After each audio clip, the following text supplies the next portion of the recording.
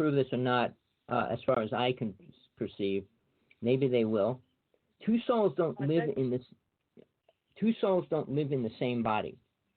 So when a parent's pregnant and they're giving birth, the soul's right outside the body, waiting to go inside the body. All right. Life starts when the baby starts breathing. Soul steps into the body. Now, the other word that's still there, but they don't talk about it, is called crib death. And the baby just dies, and they have no reason why. Now, what I proved, and I'm going to just tell you this, you don't have to accept it. Soul has karma. When you die, you take that karma with you. Depending on that karma is determining what you're going to come back as and how you're going to come back. All right? You could be coming back as an alien, but you're probably going to come back as a human, because most aliens are reincarnating into the human reality. I'm not going to get into that yet. But when you come back, a soul that's going to step into a child, the karma has to be equal for a soul to step into a baby's body. Meaning, if this guy was a murderer or just a thief and a robber, he's not going to step into a body that's a beautiful family, rich, and everything else going on, because the karma is not right. So that baby, if there's no souls that are ready for that karma, cannot step into that. But now, here's the other thing. I was going to mention about aliens coming into this reality in reincarnation, which many people believe they're a walk-in and they're this, that, and the other thing. It's because of that. So there's a lot of things we're going to get into in more detail as we do this show. And I want more people's feedback and to get interested in what we're talking about so that we can go in the right direction. But realize truth is usually never the right direction for most people, because truth usually takes you out of what you're totally programmed to believe. And that's because of your parents and your family and religion and everybody else you hang out with. I mean, all that programming becomes part of your reality. It becomes part of your truth. I mean, even in relationships, most people still don't understand each other. Even if they've been married 20 years and they break up, they still never understood each other. So it's a really complicated system that we were living in. And now that aliens are playing more active parts within it, makes it a little more harder. But it still boils down to, if you're here alive in a physical body, you really should find out and try to find out where you came from. It's not complex. It's not like, well, what should I really be thinking about? No, if you don't know who and what you are, you're a nobody. And then to say you're a nobody and you're just a grain of dust in the universe, that makes life even more useless. So I feel bad about people that don't understand spirit and death. And that's why I decided to spend the rest of my life teaching about that. So with that, I'll give it back to you, Tina. Okay, I'll pick up on a couple of things you said there. I agree that one thing every human being shares is death and life. And it's what anyone wants to choose about life after death is their own belief. But there is something more. It's been my experience. I had a problem with anaesthetic 2 occasions. And I had the bright white light and you go up and all that. And it can be different for everyone, but there is something more that we don't want to face after death. I think somewhere the Egyptians had it right, or they knew what happened after death. Physically, for our body ends at death, but mentally, for the soul or spirit, whatever you want to call it, we do go on, whether that's to a different dimension or reality. But that's something I've stopped being frightened of a long time ago. But other people are skeptical because they're frightened when they die. That's it. Either they don't believe, don't want to believe, but human beings don't know. I think we have the capability, knowledge and understanding at some point in a distant past as human beings of where we came from and how we evolved and the respect for each other and the soul. I think that's been lost over time, over greed between the species, relations, civilizations. Globally, the human race is a mess. But there are people out there fighting for the right things, doing the right things. And I think from myths and legends and time will tell and all that up to modern day, all antiquity to modern day, boils down to one thing. You either believe or you don't. You know or you don't. It's my understanding from my experiences that even the what you call beings don't really know where our soul comes from. That's I think the one thing that they're after that we produce. We produce the vessels that our souls go into. If we didn't, then we wouldn't be human beings and we wouldn't be alive to tell that story.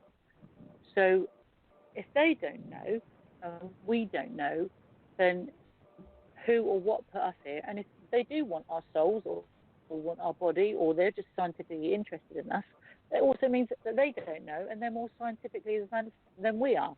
So I think we're a long way off of answering any questions. I think a lot of ufology or history or myths and is what you choose to believe or information passed down tribes or from ancient peoples that yes it is real because it's wrote down.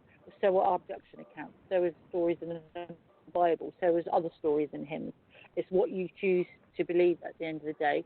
Science can prove it, but then if you don't believe in science, then you have no proof. So no matter where you go, there is no right or wrong. They're going to disprove you or believe you. And it falls back to what TJ said and what you said. Everyone has their own truth, their level of truth and understanding. It's whatever people want to share, and where I come from is helping people share what they've experienced. Whether people believe it or not is a different matter. People want to cover it up for the human being safety. Well, if human beings want to be safe, we wouldn't have war, we wouldn't have death, we wouldn't have children being stabbed or shot or raped or violence against animals. You wouldn't have any of that. So it's also down to understanding. You could be in the poorest country in the world and have nothing and still be a good human being. Or you could be a multi-billionaire and still be a good human being. So there is no excuse. There is no excuse to race, gender, and what mankind does to each other. Hello? Yeah. Tina, I've asked Mad Painter, which is Thomas R. Becker. He's a GM now for our company, American Communications Online. I've asked him to weigh in because this is our first one with you and Tommy on Tuesdays for our ACO UFO Club, UFOassociation.org. And Matt is a really good person. He's been helping out a friend of ours in Kentucky, Mike Ringley, for, as long as I've known him, back to 2011. And I've asked him to help me with this company, so it'll be for all of us as we get going with the UFO Association as well. But I wanted Tim to talk to you for a minute, Tina. And, Matt, have you met Tina before online or on a show, this show? I've produced shows she's been on. Great. All right. Well, you guys – all right. Well, Tina has been on this show for Blog Talk Radio before, TJMRC2 Radio, and this is Mad Becker. But, Tom, I'd love to have you weigh in because you have an important – part in this, as many do, is that we're all important. We all have our own life story. But would you like to add your part of the story? Because you say that you believe in things you haven't seen, but she's at a very important part right now. I'm sure you were listening. So whatever you're willing to share, like she says, just share. I only listened to when I joined. I've been busy, and I just caught the last little bit of what she was saying about there being bad things going on in the world. Personally, I believe we're here to learn things, and we're here to learn right and wrong. And without these bad things, you have nothing to measure good against. So, in this reality, we have to have them bad things, and it's just the way this reality is set up, in my opinion, anyways. I think you're right. I think you can't have you're in the middle of the scale though, so you can't have good without bad, or you can't have good without evil, whatever way. And there is a balance on both sides in life.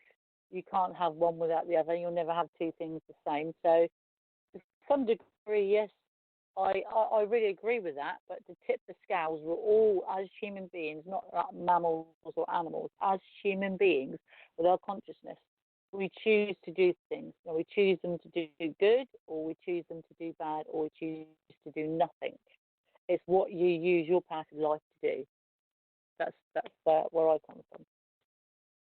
Yeah, well, as I say, I believe it's about we're here to learn balance. I mean, how can you go out in the universe and actually help co-create if you can't understand balance? You know what I mean? Well, all companies in there are gone, Tommy. We each have our viewpoints. We each have our experiences, and hopefully we learn from that. I look at things different from my personal experiences. I'm aware of all my lifetimes back to Atlantis. Now, for me, good and bad has changed. In Atlantis, which to me was the only time planet Earth was in peace and harmony, there was no good and bad. You couldn't lie, you couldn't cheat, you couldn't steal, you couldn't do anything because you were psychic enough to know whatever. Very few people actually spoke to each other. So you couldn't lie to a person and you couldn't cheat. If you didn't like somebody, they could feel it. Everybody knew each other. The only other thing that was positive, I mean, everything about it was positive, but they didn't eat animals. They didn't kill. So that whole thing changed when the Anunnaki and the reptilians came here, and the human race have become mass killers, and we still are. So that specific thing created, the first sin. There is a first sin, killing, when somebody actually killed the other. It's in the Bible when he was killing his brother and stuff, but that was still based on Adam and Eve. But we're talking about multiple races that were here in Atlantis, and a lot of those races actually left. So we are all aliens because we all weren't created here. We came, sure, our families carried us and created us, but the original family that we all came from were different. So when we talk about the concept of reincarnation, has nothing to do with the physical body. So what the physical body is learning has nothing to do with what soul's here to learn. We could believe we're learning balance, we're learning compassion, we're learning all these words, and we would only go back to when we were in Atlantis. We ate vegetables and things like that, but everybody was loving, compassionate, and knew each other. It was totally different kind of a reality for that many people to live within. And then when it was corrupted, even the Egyptians corrupted what they knew. They knew very little about reincarnation. If you look at the hieroglyphics, when I went to the pyramids and things like that, and they show you the symbols of reincarnation and all that, what they did to the bodies for reincarnation and what they believe would make a person come back.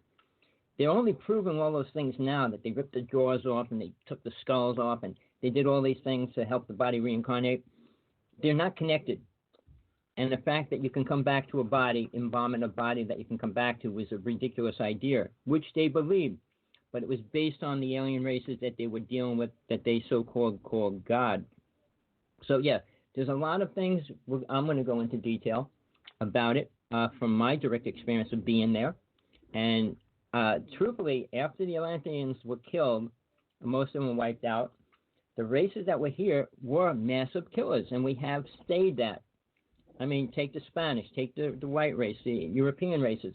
They're all massive killers. So to say balance, the first thing, why the Ten Commandments said thou shalt not kill, is because it's one of the most important spiritual laws that exist in the physical reality that mankind doesn't want to accept. Man wants to believe in freedom to do whatever they want, freedom to be whatever they want, and I'll say it's the opposite. Freedom means total responsibility. Can I jump in there, Tommy? Okay. I agree to a point. Sorry, I agree to a point, but then you're looking at it from a human being's point, and I look at it from an abductee's point, because from what I understand from the beings, let's just call them beings, and so it doesn't matter. Everything you've just said doesn't matter to them. You could tell them a lie and they know it's a lie. They're not interested in that. When they rush into your head or you communicate telepathically with them, they're not interested in God. They're not interested in whether you told a lie. They're just in there to get the information, whatever you've got in your brain, and go. Now, the telepathy that they have will contact with humans works both ways. They can hear you listening. So if you choose to go back in their history and their time to find out what they're like, they are something similar to humans, but they don't share our belief system. They don't share. To us, we are